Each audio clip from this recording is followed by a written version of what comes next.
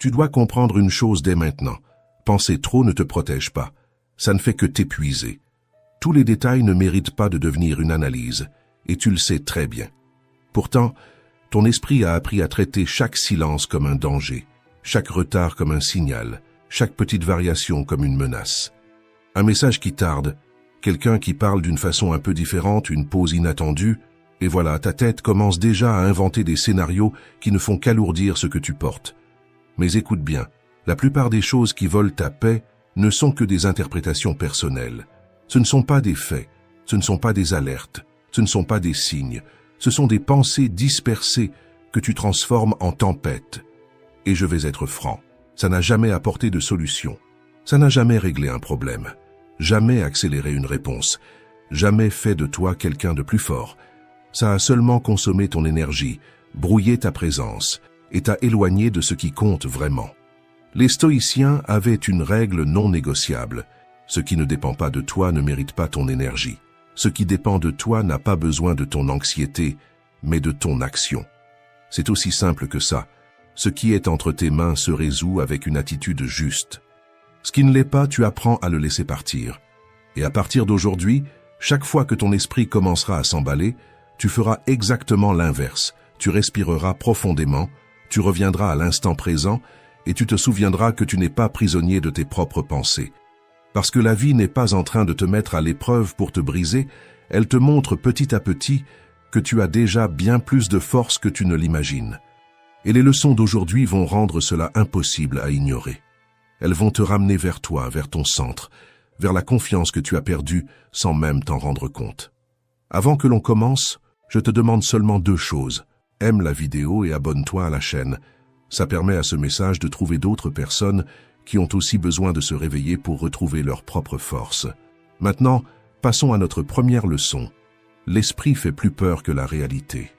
Parfois, ton esprit fonctionne comme une vieille radio qui ne s'éteint jamais. Ce grésillement constant qui t'accompagne pendant que tu te douches, que tu travailles, que tu conduis ou que tu essaies de te reposer. Il parle, il parle, il parle, et toujours dans les pires moments. Il te rappelle ce que tu as mal fait. Il invente des problèmes qui n'existent pas. Il crée des scénarios qui ne servent qu'à voler ta paix. Mais écoute calmement. Tout ce que ton esprit te raconte n'est pas vrai. Très souvent, il n'essaie pas de te guider. Il essaie simplement de te protéger de dangers qui appartiennent déjà au passé. Sauf que cet instinct de protection, quand il est exagéré, devient du bruit. Et tu commences à traiter l'inquiétude comme si c'était la réalité. L'esprit a du talent pour le drame. Il amplifie les détails, il transforme une goutte en tempête, il invente des futurs catastrophiques en utilisant comme base uniquement la peur et l'imagination. Réfléchis avec moi combien de fois tu as souffert par anticipation pour finalement te rendre compte que rien de tout ça n'est arrivé. Combien de nuits tu as perdu à cause d'histoires qui n'ont jamais quitté ta tête. La peur est un excellent scénariste. Elle crée des récits remplis de tragédies, mais elle se trompe presque toujours dans ses prédictions. Et malgré ça, tu y crois. Tu y crois parce que tu as entendu ce bruit intérieur pendant tellement de temps que tu as fini par le traiter comme un fait. Les stoïciens ont toujours alerté à ce sujet. Pour eux, l'esprit n'est pas le problème. Le problème, c'est de confondre pensée et réalité. Marc Aurèle disait que la qualité de ta vie dépend de la qualité de tes pensées, non pas parce que les pensées ont un pouvoir magique, mais parce qu'elles influencent la manière dont tu interprètes tout ce qui t'entoure. Vois les choses ainsi. L'esprit est comme une rivière agitée, l'erreur, c'est de croire que tu dois sauter dedans. L'art stoïcien, c'est d'apprendre à observer le courant sans te laisser entraîner. Quand une pensée anxieuse arrive, ne lutte pas contre elle. N'essaie pas de prouver quoi que ce soit, n'entre pas dans la discussion.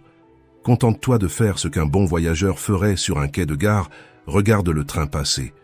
Tu n'as pas besoin de monter dedans simplement parce qu'il est arrivé. Répète-toi quelque chose de simple mais puissant. Ceci n'est qu'une pensée, ce n'est pas la vérité. Cette phrase est une ancre, elle te ramène au présent, elle te sépare de la catastrophe imaginée et elle baisse le volume de la radio. Essayer d'éliminer les pensées est inutile. Ce serait comme essayer d'empêcher l'océan de faire des vagues.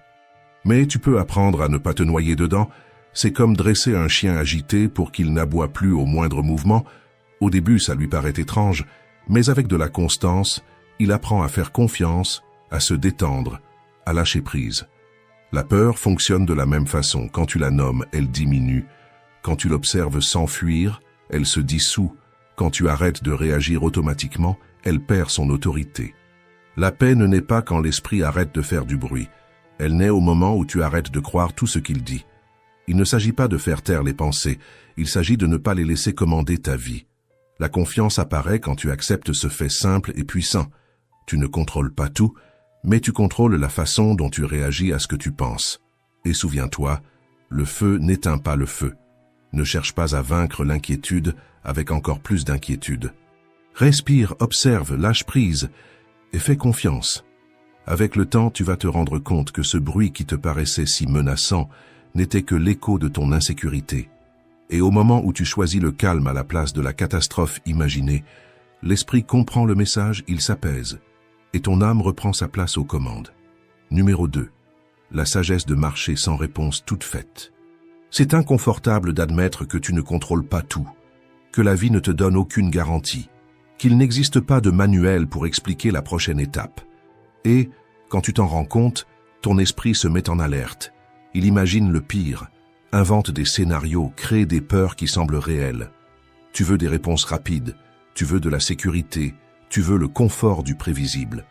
Mais ce qui te fait vraiment mûrir, c'est justement de ne pas savoir. L'incertitude est l'épreuve la plus pure de la confiance. Avoir confiance, c'est avancer même quand le sol n'est pas encore apparu. C'est inspirer profondément, même quand ton esprit insiste pour dessiner des tragédies. Nous vivons dans une époque obsédée par le contrôle, par des agendas parfaitement réglés, par des plans impeccables, et il suffit d'un changement inattendu pour que tu aies l'impression que tout s'écroule. Mais la vie n'est pas un tableau de chiffres, c'est un sentier dans la forêt, où chaque pas ne révèle que le mètre suivant, pas le chemin entier. Si tu regardes les choses avec honnêteté, tu vas remarquer que les meilleures choses de ta vie n'étaient pas dans tes plans. Elles sont apparues quand tu as osé avancer sans savoir où cela te mènerait. La peur de l'inconnu essaie de te paralyser parce qu'elle confond sécurité et stagnation. La routine ne fait pas peur, mais elle ne transforme rien non plus. Et c'est là que se trouve le dilemme. Pour grandir, tu dois accepter le vide entre un pas et l'autre. L'absence de certitude est le berceau de la confiance. C'est dans cet espace où rien n'est garanti que quelque chose de nouveau commence à éclore en toi. Les stoïciens comprenaient cela avec clarté. Pour eux, la sérénité ne consiste pas à avoir tout résolu, mais à rester lucide, même au milieu de l'incertain. Marc Aurèle rappelait que le sage ne craint pas l'avenir parce qu'il a confiance en sa propre capacité à l'affronter. Et c'est exactement ce que tu oublies lorsque l'anxiété prend le dessus. Fais confiance à toi-même, pas aux résultats. Marcher sans carte ne veut pas dire être perdu. Cela veut dire croire que la prochaine étape apparaîtra quand tu feras la première. C'est remplacer « et si ça tournait mal » par « et si ça marchait ». Ce simple échange change ton énergie, change ta posture, change la manière dont tu te présentes face à la vie. L'inconnu n'est pas toujours dangereux. Parfois, c'est lui qui te libère. Il fait peur au début, mais ensuite, il se transforme en l'air qui te renouvelle. L'incertitude n'est pas une ennemie, c'est une professeure. Elle t'apprend à arrêter de chercher des garanties impossibles, à faire confiance au processus, à avancer même sans voir le dénouement. La vraie foi, pas religieuse mais humaine, c'est cette certitude silencieuse que quoi qu'il arrive, tu sauras gérer. Et quand tu acceptes de ne pas savoir, ton corps se détend. Tu arrêtes d'exiger de la vie une perfection impossible pour pouvoir être en paix. Tu arrêtes de te battre contre le courant et tu commences enfin à marcher avec lui. Le calme ne naît pas quand le futur devient prévisible. Il naît quand tu arrêtes d'exiger qu'il le soit. Alors, si aujourd'hui tu n'as pas toutes les réponses, ce n'est pas un problème. Aucun grand chemin ne commence avec une clarté totale. Ce qui compte, ce n'est pas d'avoir une carte, c'est de faire confiance à ta propre direction. L'incertitude n'est pas une punition. C'est simplement la vie qui te demande « Est-ce que tu es prêt à avoir confiance en toi ?» Et quand tu réponds « Oui », quelque chose de puissant se produit. L'inconnu cesse d'être une menace et devient une liberté. Marcher sans certitude, ce n'est pas de l'imprudence, c'est du courage. Et seuls ceux qui ont confiance avancent sans peur de se perdre. Numéro 3. Votre esprit peut te guérir ou te briser. L'esprit parle tout le temps. Il commente, il critique, il compare, il juge. Et très souvent, il le fait avec toi sur un ton que tu n'utiliserais jamais avec quelqu'un que tu aimes. Si tu parlais à un ami de la même manière que tu te parles à toi-même, cette personne s'éloignerait probablement. Mais quand il s'agit de toi, tu acceptes, tu écoutes, et sans t'en rendre compte, tu laisses ce dialogue façonner la manière dont tu te vois, dont tu te traites et dont tu réagis au monde. Le point est simple. Ce que tu te dis devient l'endroit où tu habites à l'intérieur.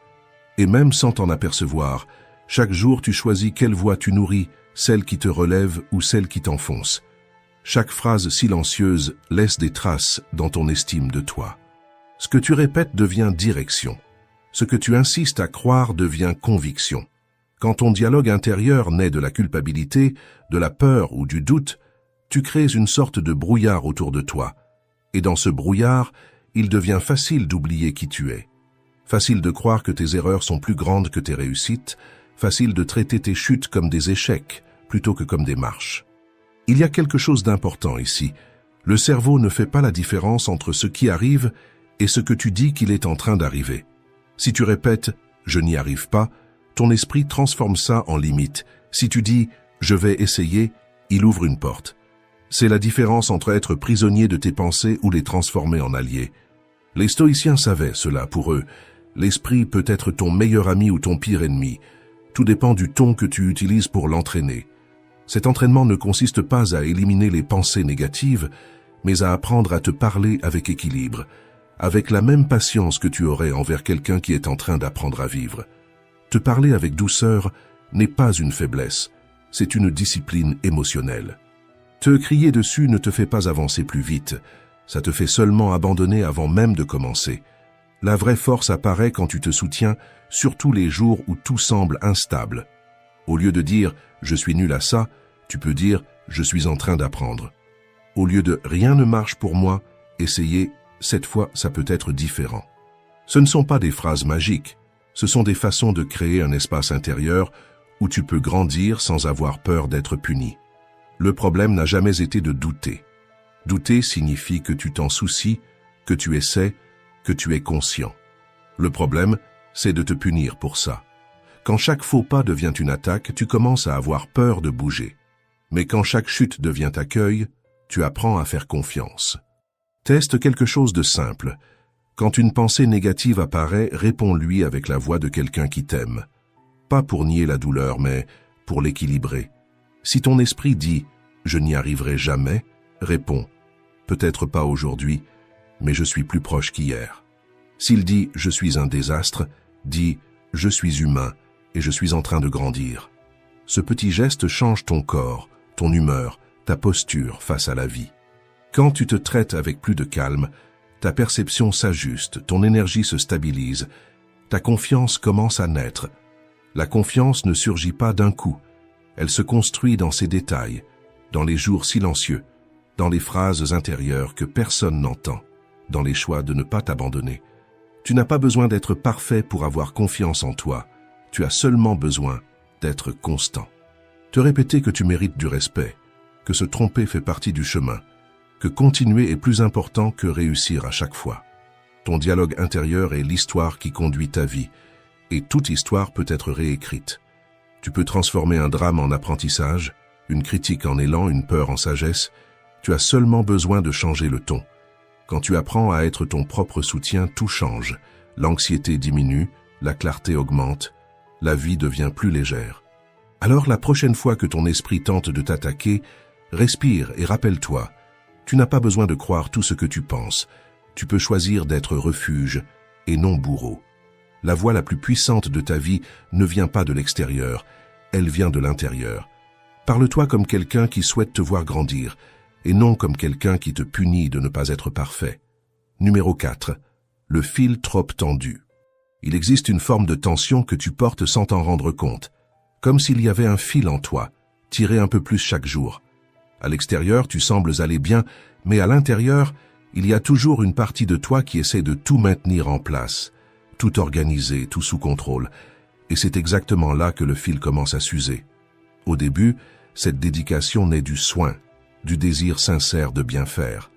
Mais avec le temps, Elle se transforme en une vigilance constante, en une exigence silencieuse qui t'accompagne comme une ombre. Ce n'est pas de l'amour pour ce que tu fais, c'est la peur de te tromper. Le perfectionnisme fonctionne ainsi. Il te convainc que seulement quand tout sera impeccable, tu vas enfin te sentir suffisant. Mais plus tu essaies de prouver ta valeur, plus la paix s'éloigne. Et le pire, même quand tu réussis, ton esprit ne se repose pas, il court déjà vers le prochain « je dois faire mieux ». À qui essaies-tu de prouver autant de choses? Aux autres? Ou à cette version de toi qui n'est jamais convaincue que tu as fait assez? Les stoïciens comprenaient très bien ce piège. Ils disaient que ce n'est pas l'erreur qui blesse, mais l'interprétation que tu en fais. Un perfectionniste voit un détail hors de place comme un échec. Un esprit confiant voit le même détail comme un apprentissage. La différence n'a jamais été dans le résultat, mais dans le regard. Personne n'attend que tu sois parfait. On attend que tu sois vrai. Les gens ne se connectent pas à ton image impeccable, mais à ton humanité. Ce sont dans les failles que naissent les liens réels, la force réelle, l'évolution réelle. Essayer d'être infaillible ne fait que t'éloigner de toi-même. Imagine-toi marchant avec un sac sur le dos. Chaque exigence devient une pierre. Je dois réussir, je ne peux pas échouer, je dois être impeccable. Au début, tu tiens le rythme, puis le sac s'alourdit, il te vole ta lumière, il consume ton énergie. Se détacher ne veut pas dire abandonner, c'est retirer du sac ce qui n'aurait jamais dû y être. L'autocompassion commence exactement là. Parle-toi avec la même gentillesse que tu aurais pour quelqu'un que tu aimes. Quand quelque chose ne se passe pas comme prévu, remplace le jugement par la bonne question. Qu'est-ce que cela essaie de m'apprendre? Ce geste simple change tout, il t'enlève de la culpabilité et te remet sur le chemin de la croissance. La paix arrive quand tu comprends que tu n'as rien à prouver ni au monde ni à toi-même. Tu n'as pas besoin de mériter le repos, de justifier les pauses ou de performer la perfection. Ta valeur n'est pas dans le résultat, elle est dans la manière dont tu te traites pendant que tu essaies. La vie n'exige pas que tu sois impeccable, elle a besoin que tu sois réel. Et paradoxalement, c'est lorsque tu lâches cette nécessité de perfection que les choses commencent enfin à circuler, parce que celui qui apprend à échouer sans se détruire de l'intérieur découvre une liberté que le perfectionnisme n'aurait jamais laissé exister. Numéro 5. Ne laisse pas ton imagination te blesser. Tu as une capacité impressionnante à transformer un simple risque en une tragédie complète. À partir d'un détail qui sort du prévu, d'une possibilité minuscule qui apparaît, et voilà, ton esprit se précipite pour écrire le pire scénario possible, l'échec, la perte, le rejet, tout avec anticipation et drame. Le plus ironique, c'est que dans la majorité des cas, rien de tout cela n'arrive. Mais toi, tu as déjà souffert, tu as déjà senti cette pression dans la poitrine, ce poids dans l'estomac, tout ton corps réagissant comme si tu étais au milieu d'un vrai désastre. Le cerveau ne sait pas différencier ce que tu imagines de ce qui se passe réellement, et tu finis par vivre des tempêtes qui n'arrivent jamais. Tout commence avec les fameux « et si ». Et si ça tourne mal? Et si je perds tout? Et si je regrette? Ces questions ressemblent à de la prudence, mais ce ne sont que des masques de la peur. Elles te convainquent que tu te prépares, alors qu'en réalité tu es juste en train de te torturer à l'avance. Les stoïciens avaient compris cela bien avant nous. Ils disaient que souffrir avant l'heure, c'est souffrir 2 fois. Et ils avaient raison. L'anticipation de la douleur ne te protège pas. Elle ne fait que t'affaiblir. Quand tu vis coincé dans le futur, tu abandonnes le présent. C'est comme essayer de marcher avec un pied au sol et l'autre en l'air. Tu ne trouves jamais l'équilibre. L'esprit, quand il n'est pas entraîné, devient une véritable usine à inquiétude. Mais il peut être éduqué, pas en éliminant les pensées. Ce serait comme demander au vent de ne pas souffler, mais en apprenant à ne pas suivre chaque rafale. Quand une pensée catastrophique surgit, ne discute pas avec elle, ne cherche pas à prouver quoi que ce soit. Dis-toi simplement avec fermeté « Merci pour l'avertissement, mais je n'ai pas besoin de ça maintenant ». Cette simple phrase coupe la spirale.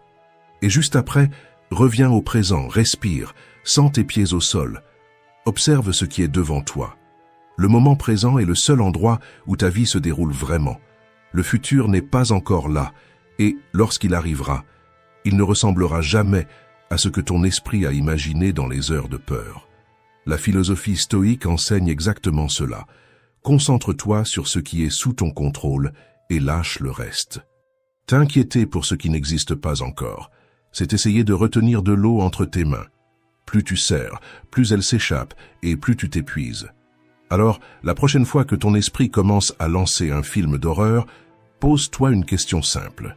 Est-ce que cela est en train d'arriver maintenant ou seulement dans ma tête? Cette question sépare la réalité de la fiction. Si ce n'est pas en train d'arriver, ne vis pas comme si c'était le cas. Ne dépense pas ton énergie avec des fantômes, ne t'use pas avec des possibilités. Et quand la peur insiste, rappelle-toi ceci. Tu ne contrôles pas la pensée qui surgit, mais tu contrôles l'attention que tu lui donnes. C'est ça la vraie liberté émotionnelle, regarder la tempête sans entrer dedans. Au fond, presque toutes les tempêtes qui t'ont volé ta paix n'ont jamais existé ailleurs que dans ton imagination. Et comprendre cela, c'est ce qui te permet pour la première fois d'avoir confiance, non pas dans le futur, mais dans ta force pour affronter ce qui viendra. Le calme n'apparaît pas quand tout est sous contrôle. Le calme naît quand tu arrêtes de réagir à ce qui n'est pas encore réel. Numéro 6. Quand essayer de tout contrôler détruit ta paix. La vérité est simple, même si elle est difficile à admettre. Tu passes une grande partie de ta vie à tenter de garantir que tout se déroule exactement comme tu veux. Tu veux que les gens réagissent comme tu imagines, que tes plans suivent le scénario à la lettre, que rien ne sorte de l'axe. Et quand la réalité n'obéit pas parce qu'elle n'obéit jamais, naissent alors l'anxiété, la frustration, cette impression que tout est en train de t'échapper entre les doigts. Le contrôle, dans la pratique, fonctionne comme du sable mouillé. Plus tu serres, plus vite il s'échappe. Et pourtant tu insistes, parce que l'esprit humain a une peur immense de l'inconnu. Il préfère imaginer des catastrophes plutôt que d'accepter qu'il ne sait pas ce qui va arriver. C'est là que commence l'inquiétude, dans cette tentative désespérée de prévoir ce qui est bien au-delà de ta portée. Les stoïciens ont toujours été très clairs là-dessus. Il y a ce qui dépend de toi, et il y a ce qui n'en dépend pas. Ton attitude dépend de toi, ta posture dépend de toi, ton effort dépend de toi, mais le comportement des autres, le temps, le cours des situations, tout cela ne t'appartient pas. Même en sachant cela, on continue de lutter contre la réalité. On essaie de forcer des portes déjà fermées. On insiste sur des chemins qui ont pourtant montré qu'ils n'étaient pas les nôtres. Et au final, on ne perd pas le contrôle. On perd seulement la paix. Pensez ainsi, la vie n'a pas été faite pour être contrôlée. Elle a été faite pour être accompagnée. Elle a ses rythmes, ses pauses, ses détours. Et bien souvent, ce qui aujourd'hui ressemble à un retard est exactement ce qui est en train de te protéger de quelque chose pour lequel tu n'es pas encore prêt. Vouloir tout contrôler, c'est juste une autre manière de dire « je ne fais pas confiance ». Mais faire confiance, ce n'est pas croiser les bras, c'est arrêter de te battre contre ce qui ne dépend pas de toi et diriger ton énergie vers ce qui transforme réellement ta journée. Tu veux pratiquer? Commence petit. Aujourd'hui, observe combien de fois tu essaies de contrôler ce qui n'est pas entre tes mains.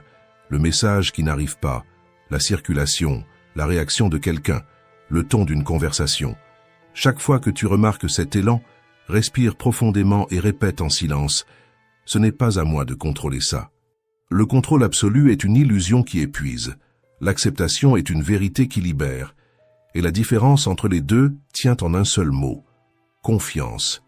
Pas la confiance naïve que tout se déroulera comme tu le veux, mais la confiance mûre que quoi qu'il arrive, tu sauras faire face. La vie ne te demande pas de la dominer, elle te demande de lui faire confiance. Lâcher, ce n'est pas perdre. Lâcher, c'est permettre aux choses de trouver leur propre place. C'est la sérénité qui naît quand tu comprends que vivre, ce n'est pas tenir le monde à pleine main. C'est marcher dedans, avec présence, courage et foi. Numéro 7. La confiance ne naît pas des mots, elle naît de l'attitude. Tu n'es pas né dans l'insécurité. Ce doute qui aujourd'hui te paralyse s'est construit petit à petit, nourri par des comparaisons, des critiques et de petites chutes qui semblaient innocentes, mais qui ont créé en toi une voix méfiante qui demande toujours « Et si je n'y arrivais pas ?» Mais comprends bien, cette voix, ce n'est pas toi. C'est seulement un vieux écho qui n'a jamais été mis à jour. La confiance ne s'exige pas, elle se cultive. Elle n'arrive pas comme une révélation, elle n'apparaît pas soudainement dans un moment d'inspiration. Elle se construit comme un muscle qui est resté trop longtemps immobile. Chaque petite action est un entraînement, chaque promesse tenue est une brique posée au bon endroit. Croire en soi n'est pas de l'arrogance, c'est du respect de soi. Le monde t'a appris que la confiance est une apparence, mais la vraie confiance est silencieuse. Elle vit dans le regard de celui qui se connaît, de celui qui sait où il est fort et où il est encore en train d'apprendre. Ce n'est pas la perfection, c'est l'honnêteté envers soi-même. Les stoïciens disaient que la maîtrise de soi est la plus grande force humaine, parce que celui qui se maîtrise lui-même ne dépend pas de l'approbation du monde. La motivation te pousse pendant un jour. La constance te porte pendant toute une vie. L'erreur, c'est de croire que tu dois te sentir en sécurité pour agir. La vérité, c'est l'inverse. Tu agis et la sécurité vient après. Chaque fois que tu tiens une promesse faite à toi-même, ta confiance grandit. Quand tu dis « demain je commence » et que tu commences vraiment, ton esprit comprend qu'il peut compter sur toi et il l'enregistre. Le problème, c'est qu'il enregistre aussi l'inverse. Quand tu te déçois à répétition, ton esprit apprend à douter, exactement comme il douterait de quelqu'un qui promet toujours et ne tient jamais. Reconstruire cette crédibilité intérieure n'exige pas de discours, cela exige de la pratique. De petits objectifs presque anodins, se lever 10 minutes plus tôt, ne pas regarder le téléphone au petit déjeuner, boire de l'eau quand tu as dit que tu en boirais. Des gestes simples qui envoient le message « je fais ce que je dis ». Avec le temps, cette fiabilité silencieuse se répand dans toutes les sphères de ta vie. La foi en soi naît dans ce que personne ne voit, dans la discipline quotidienne, dans la parole tenue, dans le respect que tu choisis de t'offrir même quand personne ne te félicite. C'est cela qui transforme le doute en clarté et la peur en sérénité. Les personnes les plus confiantes ne sont pas celles qui ne tombent jamais, mais celles qui n'ont plus peur de tomber. Elles comprennent que chaque chute n'est qu'un ajustement, pas une fin. Alors, arrête de chercher la confiance chez les autres. Arrête de demander au monde ce que toi seul peux construire. Construis de l'intérieur vers l'extérieur. Tiens ta parole. Parle-toi avec douceur. Traite-toi comme quelqu'un digne de respect. La confiance n'apparaît pas d'un coup. Elle éclot en silence chaque jour dans les petits choix qui disent « Je peux compter sur moi ». Numéro 8. La vie te traite mieux quand tu respectes ton propre rythme. Tu vis dans la précipitation. Dans la précipitation pour comprendre, pour régler les choses, pour arriver là où tu penses que tu devrais déjà être. Et chaque fois que quelqu'un réussit quelque chose que tu désires, ton esprit s'emballe, comme si tu étais en train de rester en arrière. Mais la vérité est simple. La vie n'accélère pas sous prétexte que tu es anxieux. Le temps n'obéit pas à l'urgence. Il obéit au processus. Nous vivons à une époque qui idolâtre la vitesse. Tout le monde semble arriver plus vite, décider plus vite, grandir plus vite, et toi, sans t'en rendre compte, tu commences à confondre mouvement et évolution. Mais courir ne veut pas dire progresser, et se comparer ne veut pas dire se connaître. Elle a déjà réussi. Il est mieux que moi. Moi, je reste sur place. Ces phrases semblent innocentes, mais elles te vident de ton énergie. La comparaison ne pousse jamais en avant. Elle ne fait que ronger. Tu ne t'épanouis pas en regardant le jardin de l'autre, et pourtant, tu insistes pour mesurer ta vie avec des critères qui n'ont jamais été les tiens. Chaque personne avance avec un rythme, une histoire, une maturation qui ne peut pas être précipitée. Pense à un fruit cueilli trop tôt. Il n'est pas prêt, peu importe ton envie de le goûter. La vie fonctionne ainsi. Quand tu essaies de forcer ce qui est encore en train de mûrir, tu ne récoltes que de l'amertume. Les stoïciens le savaient. Ils ne tentaient pas de contrôler le temps. Ils respectaient le temps. Ils ne cherchaient pas à arriver les premiers, mais à arriver près. Parce que la vie ne se mesure pas à la vitesse, elle se mesure à la profondeur. Et voici une analogie importante. Un arbre ne se désespère pas parce qu'un autre a grandi plus vite. Il sait que l'essentiel se passe dans l'invisible. Les racines se renforcent bien avant que la moindre branche apparaisse. Toi aussi, tu es en train de créer des racines, même quand tu penses que rien n'avance. La patience est le langage secret de la confiance. Ce n'est pas l'immobilité, c'est l'action sans désespoir. Quand tu fais confiance, tu agis avec calme. Quand tu ne fais pas confiance, tu agis dans l'urgence. Et cette différence change tout. L'urgence vient de la peur. Le calme naît de la certitude que ce qui est à toi ne se perd pas. Chaque fois que tu as l'impression d'être en retard, demande-toi qui est en train de parler, ma comparaison ou ma peur. Respire et répète, j'arrive à mon propre moment. Ce n'est pas un mantra magique, c'est un rappel. Ta vie n'est pas en retard, elle est en train de mûrir. Le calendrier n'est pas un juge, le temps n'est pas un ennemi. L'impatience t'aveugle, mais la vie continue à travailler en silence, en toi, en préparant ce qui ne peut pas encore être vu. Quand cette vérité finit par trouver sa place dans ta poitrine, ton esprit ralentit et ton cœur se pose. Parce que tu comprends, profondément, que la confiance ne se prouve pas en courant, mais en avançant avec sérénité. La patience, ce n'est pas s'arrêter, c'est continuer à marcher en confiance. Numéro 9.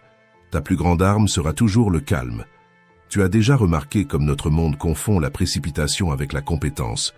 Tout doit être répondu à l'instant, réglé à l'instant, décidé à l'instant. Comme si chaque seconde était une course contre un ennemi invisible.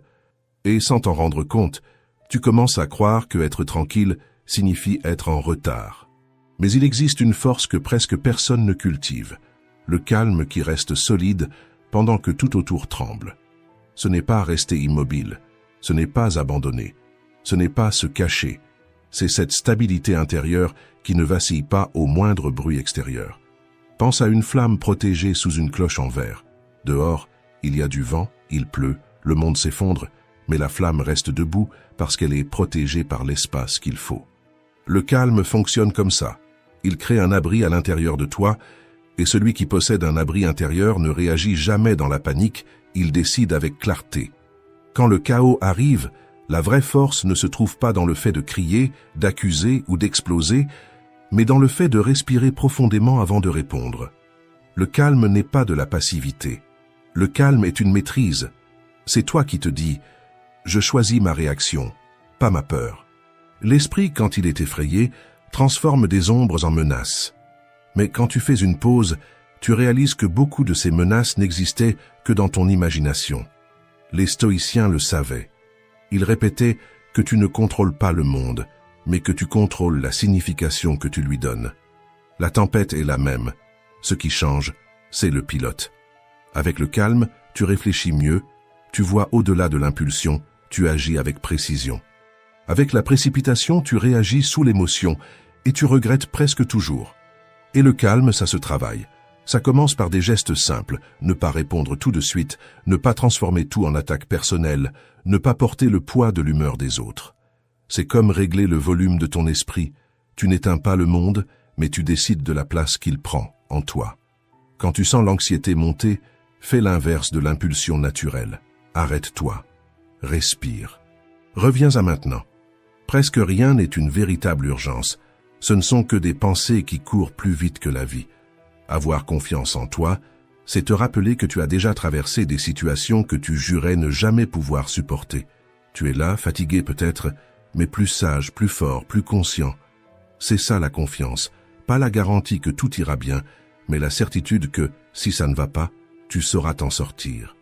Garder sa sérénité au milieu du chaos ne te rend pas froid, ça te rend mûr. Celui qui domine son propre calme domine sa propre vie. Et, quand tout semblera sur le point de s'écrouler, rappelle-toi, le calme n'efface pas le chaos, il te garde entier pendant que tu le traverses. Il a toujours été là en toi, attendant le moment où tu choisirais enfin de l'écouter. Si cette idée a résonné en toi, écris en commentaire. Tout n'a pas besoin de contrôle, seulement de confiance. Merci d'être resté jusqu'ici. Si cette vidéo t'a aidé à voir les choses autrement, je t'invite à t'abonner à la chaîne. Ici, nous continuons ensemble à réfléchir, à grandir. Imagine quelqu'un qui essaie de te provoquer, de te faire perdre ton sang-froid, de te pousser vers cette réaction automatique. Et toi, tu ne cèdes pas, tu ne vacilles pas, tu ne perds pas ton souffle, tu ne rends pas ton pouvoir. Tu restes ferme, clair à l'intérieur, avec cette confiance qui n'apparaît que quand tu sais vraiment qui tu es. La plupart des gens réagissent sur l'impulsion, parlent trop, se justifient, s'énervent, tentent d'expliquer quelque chose qui n'avait même pas besoin d'être expliqué. Toi, tu agis autrement. Tu respires, tu observes et tu comprends, sur le moment, que celui qui perd le contrôle en premier perd toute la conversation. Cette capacité n'est pas de la froideur, ce n'est pas de l'indifférence, ce n'est pas de l'arrogance, c'est de la maîtrise. C'est la capacité de voir l'autre sans te perdre toi-même, de garder ta propre voix pendant que le monde essaie d'imposer la sienne. C'est exactement ce que je veux t'apprendre aujourd'hui. Comment transformer n'importe quelle attaque en avantage, n'importe quelle critique en clarté, n'importe quelle provocation en preuve de ta maturité émotionnelle. Dans cette vidéo, tu vas apprendre un petit truc psychologique simple, rapide et puissant, capable de renverser la situation au moment précis où quelqu'un essaie de t'atteindre. Une technique qui ne sert pas seulement à te défendre, mais à reprendre le contrôle, à récupérer la position de leader dans la situation et à empêcher qui que ce soit de dicter comment tu dois te sentir. Et le mieux, c'est que tu n'as pas besoin de crier, ni de durcir ta voix, ni de te fermer. Tu as seulement besoin de savoir où se trouve le vrai pouvoir et de l'utiliser avec conscience, fermeté et calme. Avant de commencer, écris dans les commentaires « Mon calme est mon arme ». Ce geste renforce déjà la position juste à l'intérieur de toi. À partir de maintenant, ton esprit ne réagit plus, il décide. Et si tu peux aider ce contenu à toucher d'autres personnes qui en ont besoin, mets un like à la vidéo, abonne-toi à la chaîne et partage. Ça renforce notre travail et ça permet à ce message d'aller encore plus loin. Prêt? Alors on y va. Avant d'apprendre n'importe quelle technique de défense, tu dois comprendre la nature de l'attaque que tu es en train de recevoir. Parce que l'erreur de l'amateur, et peut-être que toi aussi tu as déjà commis cette erreur des centaines de fois, est toujours la même. Il reçoit la critique comme si c'était un verdict sur qui il est, comme si chaque provocation était une radiographie parfaite de sa valeur. Et c'est précisément à ce moment que presque tout le monde perd le combat avant même qu'il commence, parce qu'il entre dans le conflit en croyant qu'il est en train d'être évalué, alors qu'en réalité, il est seulement utilisé comme écran pour les conflits intérieurs de l'autre. C'est là la première et la plus grande erreur. Un stratège, qu'il soit un stoïcien comme Marc Aurèle ou un pragmatique comme Épictète, sait que seul gagne celui qui dépersonnalise le combat. Et voici la vérité qui change complètement la façon dont tu regardes n'importe quel affrontement. La plupart des attaques verbales ne parlent presque jamais de toi. Ce sont des miroirs déformés du monde intérieur de celui qui attaque. Une attaque est, presque toujours, un aveu involontaire, une fuite émotionnelle que la personne n'a pas réussi à contenir. C'est une fenêtre ouverte sur son état émotionnel, et quand tu observes avec attention, ce qui apparaît tombe généralement dans l'une de ces trois catégories. La première, l'insécurité.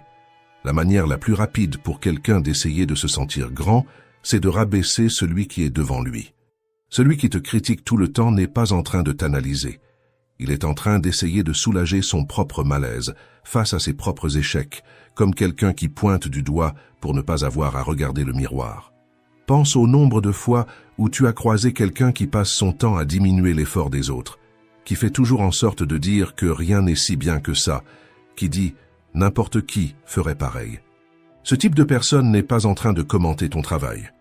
Il est en train de se battre contre son propre sentiment d'inadéquation. En pointant tes prétendues failles, il essaie de détourner l'attention des siennes.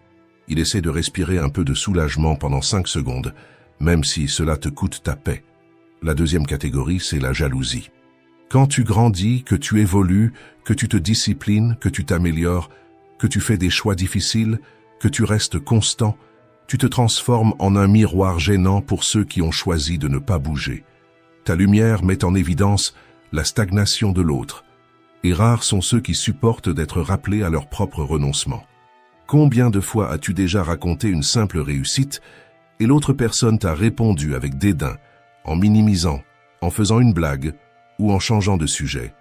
Très souvent, cela ne parle pas de toi, cela parle du malaise que ton progrès provoque chez celui qui est resté immobile.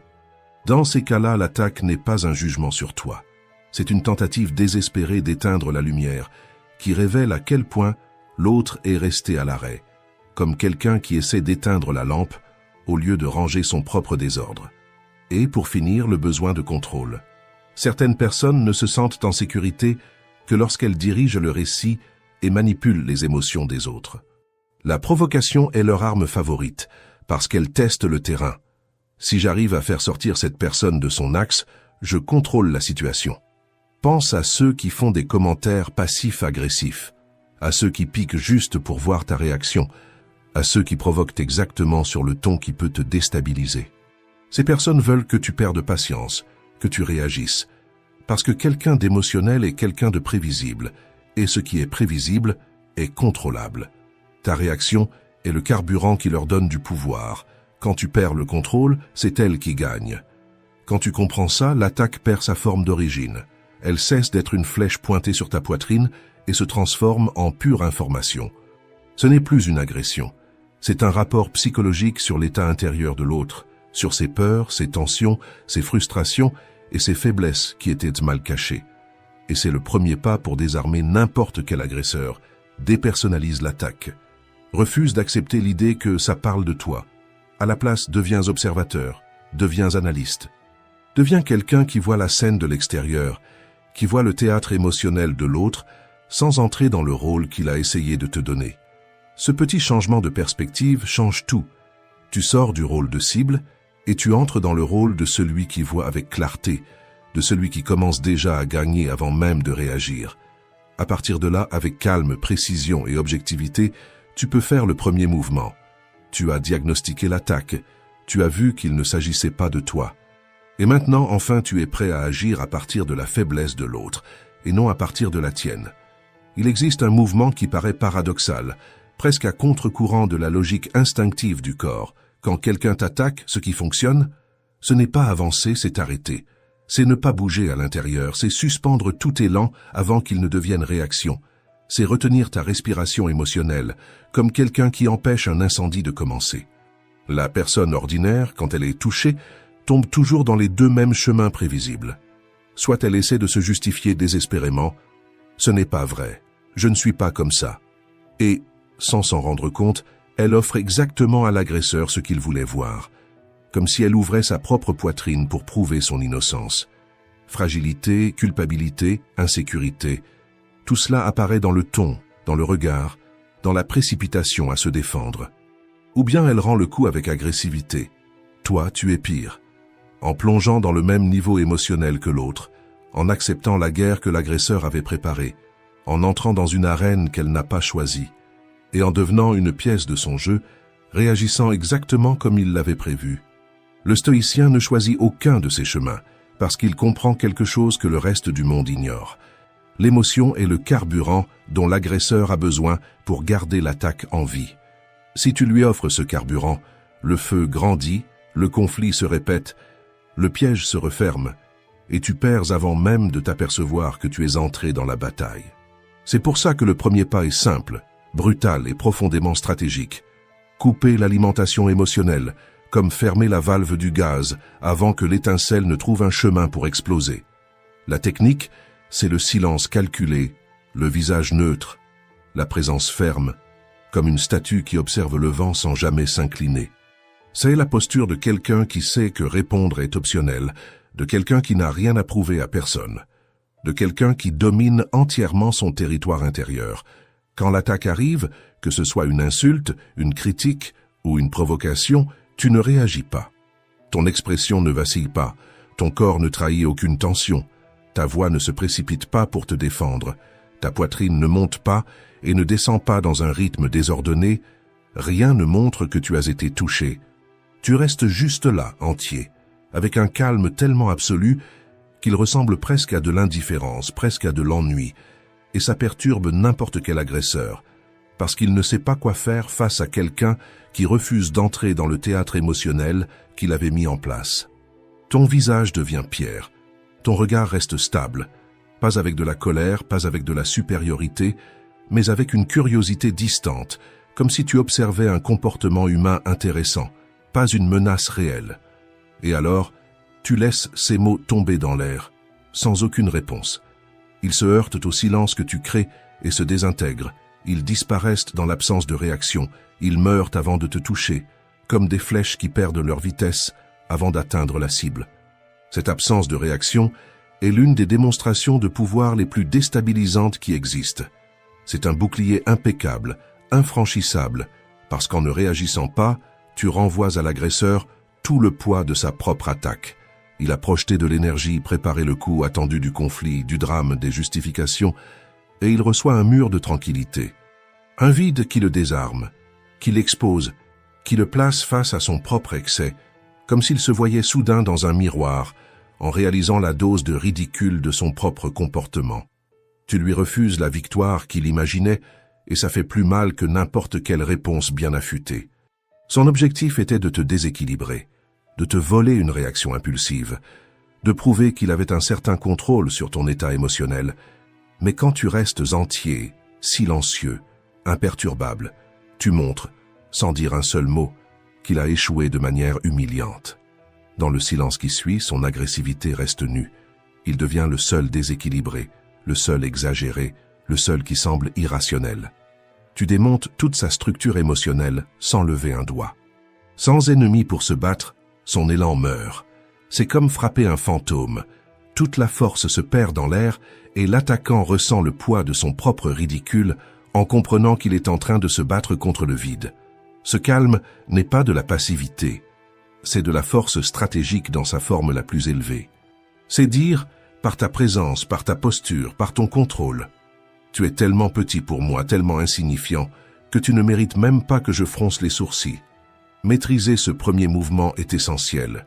C'est lui qui te donne du temps, de l'espace mental et de la clarté pour choisir le deuxième pas, celui où tu reprends complètement le contrôle de la situation et où tu conduis la conversation exactement là où tu veux. Tu as absorbé la première attaque, tu as montré que tu sais te protéger, que tu ne te blesses pas en essayant de prouver quoi que ce soit, que tu n'es pas quelqu'un qu'on renverse facilement, que ton centre ne se brise pas avec le bruit extérieur. Et c'est justement pour ça que maintenant, ton opposant est confus, désorienté, en train d'essayer de comprendre comment sa tentative s'est simplement perdue dans ton silence, comme si elle avait été lancée contre un mur invisible. Tu n'es pas entré dans son jeu, tu n'as pas réagi à l'impulsion, tu n'as pas offert la réponse émotionnelle qu'il attendait. Tu es resté ferme, entier, impénétrable. Rien que ça suffit déjà à désarmer beaucoup de monde, parce que l'agresseur attend du chaos, il n'attend pas de la maturité. Maintenant vient le deuxième mouvement, dévier. Et voici le secret. Dévier, ce n'est pas contre-attaquer, ce n'est pas élever la voix, ce n'est pas répondre sur le même ton, ce n'est pas montrer qui commande. Tout ça, c'est exactement ce que l'agresseur attend. C'est le terrain où il se sent à l'aise. C'est la danse émotionnelle qu'il a déjà répétée des dizaines de fois. Dévier, c'est autre chose. C'est élégant, c'est psychologique, c'est stratégique. C'est comme tirer le tapis émotionnel sous les pieds de quelqu'un sans jamais lever le petit doigt. C'est le sortir du scénario qu'il avait en tête. C'est frustrer son attente sans avoir besoin de montrer de la force physique ni verbale.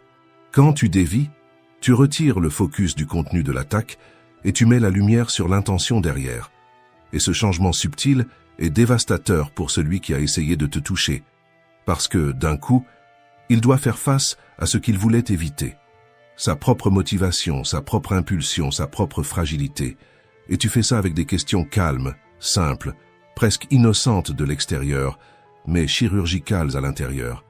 Des questions qui démontent la narration émotionnelle que l'agresseur tentait de construire et obligent la personne à réfléchir là où elle voulait juste blesser. Voyons ça en pratique, maintenant avec encore plus de profondeur, comme si on était à l'intérieur de la scène. Premier scénario, la critique agressive. Imagine la situation, tu es au travail, tu viens de rendre une tâche, peut-être que tu as même passé des heures à revoir chaque détail et ton chef lâche, sans te regarder dans les yeux. Ce rapport est une catastrophe, on dirait vraiment que tu n'as même pas essayé. Ce type d'attaque porte deux couches, du mépris et du jugement. C'est dit vite, sans te laisser respirer, parce que l'objectif est de te faire réagir avant que tu ne raisonnes. La réponse faible serait quelque chose comme « Bien sûr que j'ai essayé, j'y ai passé des heures ». Là, tu tombes directement dans le piège. Tu te justifies, tu tentes de sauver ton nom, tu essaies d'éteindre un incendie émotionnel qui n'aurait même pas dû commencer. À ce moment-là, tu prends exactement le rôle que l'agresseur voulait attribuer, celui de l'accusé. Maintenant, regarde le dévier en action. Tu respires, tu relèves le regard doucement, tu gardes ton calme et tu demandes « Je vois. Qu'est-ce que tu attendais exactement comme résultat? De quelle manière penses-tu que je pourrais m'améliorer? Observe ce qui change. Tu as retiré le focus du rapport et tu as mis la lumière sur le processus mental de celui qui critique. Maintenant, c'est à lui de définir des critères, d'expliquer des standards, de justifier des attentes. Et la vérité, c'est que la plupart des critiques agressifs n'ont rien de tout ça structuré. Ils savent blesser, mais ils ne savent pas orienter. Ils savent mettre la pression, mais ils ne savent pas expliquer. Ils savent accuser, mais ils ne savent pas guider. Tu obliges l'agresseur à penser et non pas à blesser. Et c'est pour ça que l'attaque perd sa force. Deuxième scénario, la provocation ou l'insulte. Imagine la situation. Tu es avec des amis, la conversation coule bien, et d'un coup quelqu'un lâche, peut-être en riant, peut-être en voulant te couper. Tu dois toujours faire celui qui sait tout, hein? Ce type de provocation n'est pas une blague. C'est une tentative de t'exposer devant les autres, de te mettre mal à l'aise, de te placer en position défensive pendant que tout le monde regarde. La réponse faible serait de dire « Je ne fais pas le monsieur je sais tout, j'ai juste donné mon avis ». Là, tu essaies de laver une accusation qui n'existait même pas. Tu expliques l'évidence, tu tentes de justifier ton comportement, et encore une fois, tu tombes sur le terrain de l'autre. Le dévier fonctionne comme ça. Tu regardes calmement, sans ironie, sans hausser le ton, et tu dis « J'ai senti une tension dans ton ton, tout va bien ». Et voilà. Tu ignores complètement l'insulte, et tu pointes ce qui existe réellement là-dedans. L'état émotionnel de la personne. Maintenant, elle doit faire face à sa propre irritation, à sa propre insécurité, à son propre malaise, et cela place l'agresseur dans une position qu'il n'attendait pas. C'est comme mettre un énorme miroir devant quelqu'un qui voulait t'exposer. Mais maintenant, c'est lui qui se retrouve à nu émotionnellement. Maintenant, le troisième scénario, l'accusation vague. Pense à quelque chose de plus intime, de plus personnel, une discussion entre toi et ta partenaire.